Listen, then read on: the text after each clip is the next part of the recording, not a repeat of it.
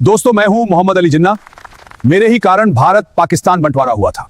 मैंने 75 करोड़ रुपए पाकिस्तान को दिलाए ताकि भाईचारा बना रहे। मैंने पाकिस्तान को एक भी रुपया दिए जाने का विरोध किया, लेकिन गांधी के पाकिस्तान प्रेम के कारण मुझे झुकना पड़ा।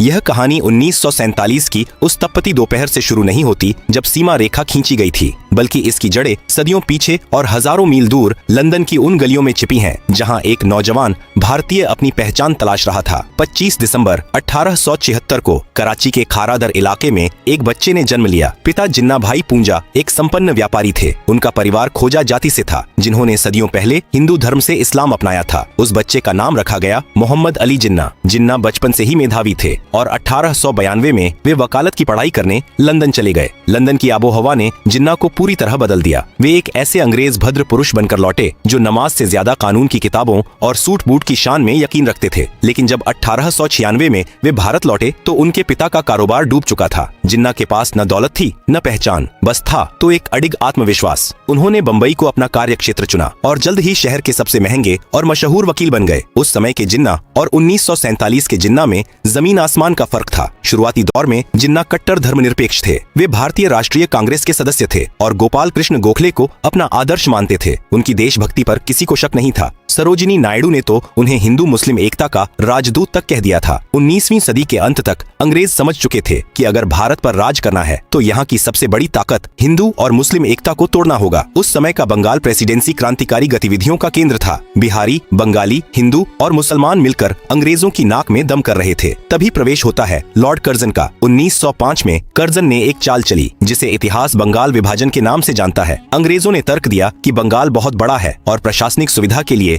इसे 2 भागों में बांटना जरूरी है, लेकिन असलियत कुछ और थी। उन्होंने बंगाल को इस तरह बांटा कि एक हिस्सा मुस्लिम बहुल और दूसरा हिंदू बहुल। अंग्रेजों ने मुस्लिमों को यह सपना दिखाना शुरू किया कि इस नए प्रांत में उनकी अपनी सत्ता होगी। यह भारत की अखंडता पर पहला कुल्हाड़ी का प्रहार था। बंगाल विभाजन ने नफरत की वह चिंगारी लगा दी थी जिसे हवा देने के लिए अंग्रेजों ने 1906 में ढाका के नवाबों और मुस्लिम कुलीनों को उकसाया। 30 दिसंबर 1906 को ढाका में एक सभा हुई जहां अखिल भारतीय मुस्लिम लीग का जन्म हुआ। इसका मुख्य उद्देश्य मुस्लिमों के राजनीतिक अधिकारों की रक्षा करना बताया गया, लेकिन पर्दे के पीछे ब्रिटिश हुकूमत इस नई पार्टी को कांग्रेस के खिलाफ एक सुरक्षा कवच की तरह इस्तेमाल करना चाहती थी। दिलचस्प बात यह है कि उस समय जिन्ना मुस्लिम लीग के सख्त खिलाफ थे। उन्होंने लीग की सांप्रदायिक राजनीति की आलोचना की और कांग्रेस के मंच से एक राष्ट्र की बात की। इतिहास सिर्फ तारीखों का खेल नहीं है, यह इंसानी अहंकार की भी कहानी है। जिन्ना वकालत की दुनिया में नेहरू और पटेल से वरिष्ठ थे। वे एक सफल और स्वाभिमानी वकील थे। दूसरी ओर जवाहरलाल नेहरू एक प्रभावशाली और अमीर परिवार से ताल्लुक रखते थे। इन नेताओं के बीच विचारों का ही नहीं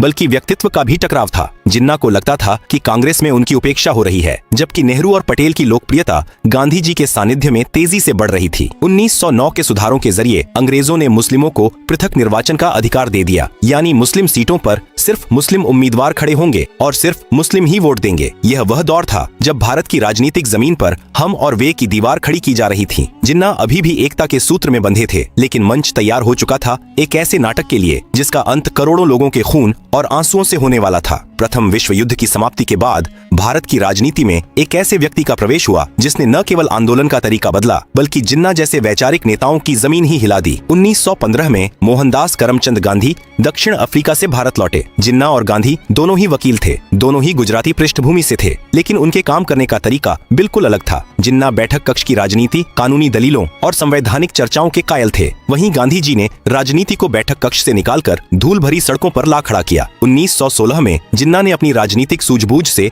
लखनऊ समझौता करवाया। यह वह समय था जब कांग्रेस और मुस्लिम लीग एक ही मेज पर बैठे थे। जिन्ना को लगने लगा था कि वे हिंदू मुस्लिम एकता के सबसे बड़े पुल बन चुके हैं, लेकिन 1920 का दौर आते आते स्थितियां बदल गईं। गांधी जी ने असहयोग आंदोलन और खिलाफत आंदोलन को मिलाकर एक जन सैलाब खड़ा कर दिया। जिन्ना इस धार्मिक भीड़ वाली राजनीति से बेहद डरे हुए थे। उन्हें लगता था कि सड़कों पर उतरी भीड़ लोकतंत्र के लिए नहीं बल्कि अराजकता के लिए है। इसी वैचारिक मतभेद के कारण 1920 में जिन्ना ने कांग्रेस से इस्तीफा दे दिया। यह भारतीय इतिहास का वह मोड़ था जहां से रास्ते हमेशा के लिए अलग हो गए। कांग्रेस छोड़ने के बाद जिन्ना राजनीति में हाशिए पर चले गए। उन्हें लगा कि गांधी की आंधी में उनकी दलीलें खो गई हैं। हताश होकर वे लंदन चले गए और वहीं अपनी वकालत करने लगे। लेकिन भारत में मुस्लिम लीग का भविष्य धुंधला रहा था। 1930 के दशक में अल्लामा इकबाल और लियाकत अली खान जैसे नेताओं ने जिन्ना को वापस आने के लिए मनाया। जिन्ना को समझ आ गया था कि भारत की भावी राजनीति में अगर अपना वजूद बचाना है तो उन्हें मुस्लिमों का एकमात्र प्रवक्ता बनना ही होगा। वे भारत लौटे, लेकिन इस बार उनके हाथ में सुलह की चिट्ठी नहीं बल्कि पृथक पहचान का झंडा था। 1935 के भारत सरकार अधिनियम के बाद 1937 में प्रांतीय चुनाव हुए। ये चुनाव भारत के इतिहास में निर्णायक मोड़ साबित हुए। कांग्रेस ने जबरदस्त जीत हासिल की, जबकि मुस्लिम लीग को मुस्लिम सीटों पर भी करारी हार का सामना करना पड़ा।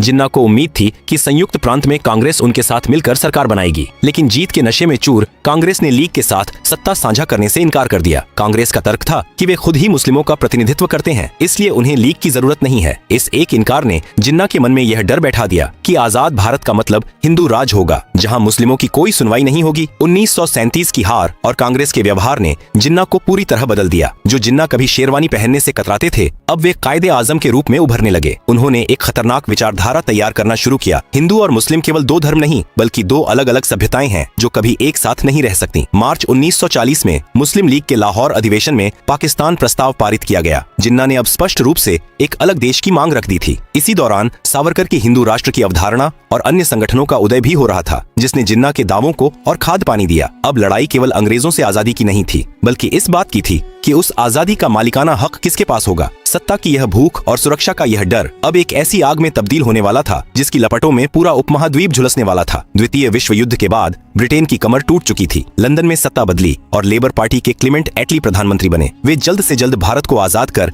यहाँ के सिर दर्द से छुटकारा पाना चाहते थे, लेकिन भारत के भीतर नेहरू और जिन्ना के बीच की खाई अब इतनी गहरी हो चुकी थी कि उसे पाटना नामुमकिन लग रहा था। ब्रिटिश सरकार ने 1946 में 3 मंत्रियों को भारत भेजा, जिसे मंत्रिमंडल मिशन कहा गया। इनका उद्देश्य था बिना विभाजन के आजादी का रास्ता निकालना। मिशन ने एक अनूठा समूह प्रणाली सुझाया। भारत को 3 हिस्सों में बांटा जाना था। 2 समूहों में मुस्लिम बहुल इलाके थे, जबकि एक में हिंदू बहुल। जिन्ना ने इस योजना को मान लिया क्योंकि उन्हें इसमें एक छोटा पाकिस्तान दिखाई दे रहा था। नेहरू भी शुरू में राजी हुए, लेकिन एक प्रेस वार्ता में उन्होंने कह दिया कि भविष्य में इन समूहों की बनावट बदली जा सकती है। जिन्ना को लगा कि नेहरू उन्हें धोखा दे रहे हैं और आजाद भारत में कांग्रेस अपनी बहुमत के जोर पर समूह प्रणाली खत्म कर देगी। जिन्ना ने तुरंत अपना समर्थन वापस ले लिया। अब जिन्ना के पास केवल एक ही रास्ता बचा था, शक्ति का प्रदर्शन। 16 अगस्त 1946 यह भारतीय इतिहास का सबसे काला दिन था। जिन्ना ने प्रत्यक्ष कार्यवाही दिवस का आह्वान किया। उनका संदेश साफ था, अगर संवैधानिक तरीके से पाकिस्तान नहीं मिला तो हम इसे लड़कर लेंगे। बंगाल में उस समय मुस्लिम लीग की सरकार थी और हुसैन शहीद सोहरावर्दी मुख्यमंत्री थे। उस दिन पुलिस को छुट्टी पर भेज दिया गया और दंगाइयों को खुली छूट दी गई। कोलकाता की सड़कों पर वह हुआ जिसे सोचकर आज भी रूह कांप जाती है। अगले 72 घंटों में 5000 से ज्यादा लोग मारे गए। यह हिंसा नोआखाली और फिर पूरे बिहार और पंजाब में फैल गई। लाशों से लदी ट्रेनें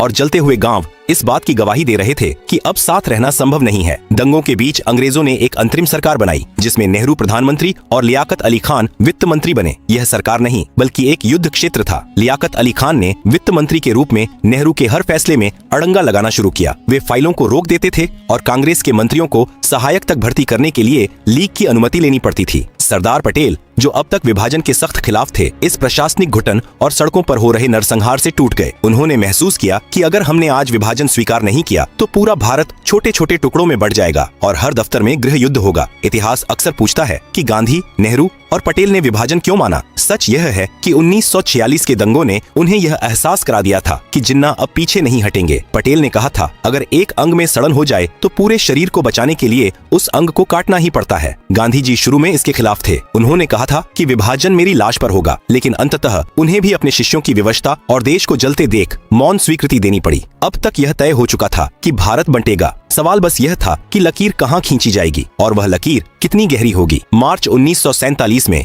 भारत के अंतिम वायसराय बनकर लॉर्ड माउंटबेटन दिल्ली पहुंचे। वे अपने साथ एक बहुत ही कठिन कार्य लेकर आए थे, ब्रिटिश शासन का अंत और सत्ता का हस्तांतरण। माउंटबेटन ने आते ही समझ लिया कि देश की नसों में सांप्रदायिकता का जहर इतनी तेजी से फैल रहा है कि अगर जल्द ही उपचार नहीं किया गया तो पूरा भारत एक लावारिस लाश बन जाएगा। मूल रूप से अंग्रेजों ने भारत छोड़ने की तारीख जून 1948 तय की थी, लेकिन माउंटबेटन ने इसे 10 महीने पहले खिसकाकर 15 अगस्त 1947 कर दिया। माउंटबेटन को डर था कि अगर वे रुके तो दंगों की आग ब्रिटिश सैनिकों को भी अपनी चपेट में ले लेगी। तभी प्रवेश होता है सिरिल रेडक्लिफ की, जो एक ब्रिटिश वकील थे और जिन्हें इससे पहले कभी भारत आने का अनुभव नहीं था। उन्हें केवल 5 हफ्ते का समय दिया गया ताकि वे दुनिया के सबसे जटिल भूगोल पर एक लकीर खींच सकें। रेडक्लिफ ने बंद कमरों में पुराने नक्शों और जनगणना के आंकड़ों के आधार पर कलम चलाई। उन्होंने यह भी नहीं देखा कि उनकी खींची लकीर किसी का आंगन 2 हिस्सों में बांट रही है या किसी के खेत को दूसरे देश में डाल रही है। पंजाब और बंगाल, जो कभी भारत के फेफड़े थे, उन्हें बेरहमी से चीर दिया गया। विभाजन केवल जमीन का नहीं था, वह भावनाओं, यादों और संपत्तियों का भी था। बंटवारा इतना सूक्ष्म था कि सरकारी दफ्तरों की मेज, कुर्सियां, टाइपराइटर और यहाँ तक कि पुस्तकालयों की किताबों तक को आधा आधा बांटा गया। जिस सैन्य दल में मुस्लिमों की संख्या ज्यादा थी, वह पाकिस्तान को दे दी गई और बाकी भारत के पास रही। विभाजन के समय भारत के खजाने में जो पैसा था, उस पर भी विवाद हुआ। जिन्ना ने पाकिस्तान को भारतीय खजाने से कुल 75 करोड़ रुपए देने की जिद की, जो उस समय भारतीय खजाने का 17.5% हिस्सा था, जिसकी पहली किस्त 15 अगस्त 1947 को 20 करोड़ दे दी गई। बाकी 55 करोड़ रुपए देने का सरदार पटेल सुरक्षा कारणों से रोकना चाहते थे, लेकिन गांधी जी ने आमरण अनशन की धमकी दी ताकि पाकिस्तान को उसका हक मिले और भविष्य के रिश्ते कड़वे न हों। अंततः गांधी जी के दबाव में वह राशि पाकिस्तान को दी गई, लेकिन रिश्तों में आई वह खटास आज तक नहीं मिटी। 14 अगस्त की रात पाकिस्तान वजूद में आया और 15 अगस्त को भारत ने अपनी आजादी का जश्न मनाया। लेकिन विडंबना देखिए, जिस दिन करोड़ों लोग आजाद हुए, उन्हें यह तक नहीं पता था कि वे किस देश के नागरिक हैं। रेडक्लिफ ने अपनी सीमा रेखा की घोषणा 15 अगस्त को नहीं बल्कि 17 अगस्त को की थी। 2 दिनों तक पंजाब और बंगाल के सीमावर्ती इलाकों में लोग इस खौफ में रहे कि उनका घर लकीर के इस पार है या उस पार। जब लकीर खींची तो वह किसी घाव की तरह थी। रातों रात दोस्त दुश्मन बन गए। जो पड़ोसी कल तक एक दूसरे के सुख दुख के साथी थे, वे अब एक दूसरे के खून के प्यासे हो गए। विभाजन के बाद जो मंजर देखा गया, वह मानवीय इतिहास की सबसे बड़ी त्रासदी थी। लगभग 1.5 करोड़ लोगों को अपना घर, अपनी जड़ें और अपनी पहचान छोड़कर भागना पड़ा। सड़कों पर मीलों लंबी कतारें थीं, हाथों में थोड़ा सा सामान और आंखों में अनजाना डर। सबसे खौफनाक मंजर था उन शरणार्थी ट्रेनों का। ट्रेनें जब स्टेशन पर रुकती थीं, तो वे यात्रियों से नहीं बल्कि लाशों से भरी होती थीं।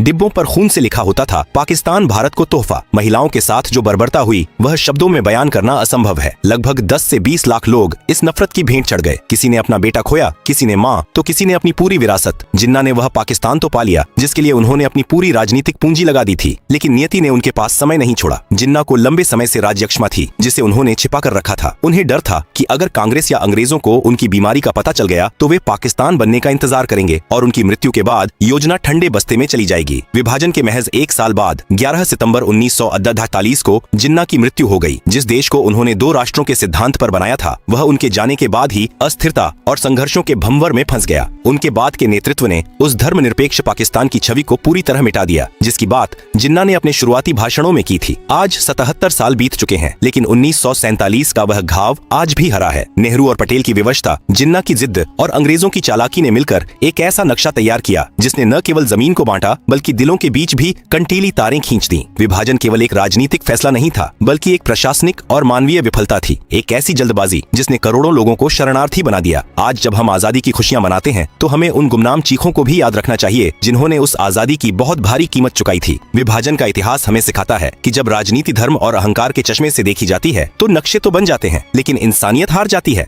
आज के लिए बस इतना ही। मिलते हैं बहुत जल्द। जय हिंद, जय भारत।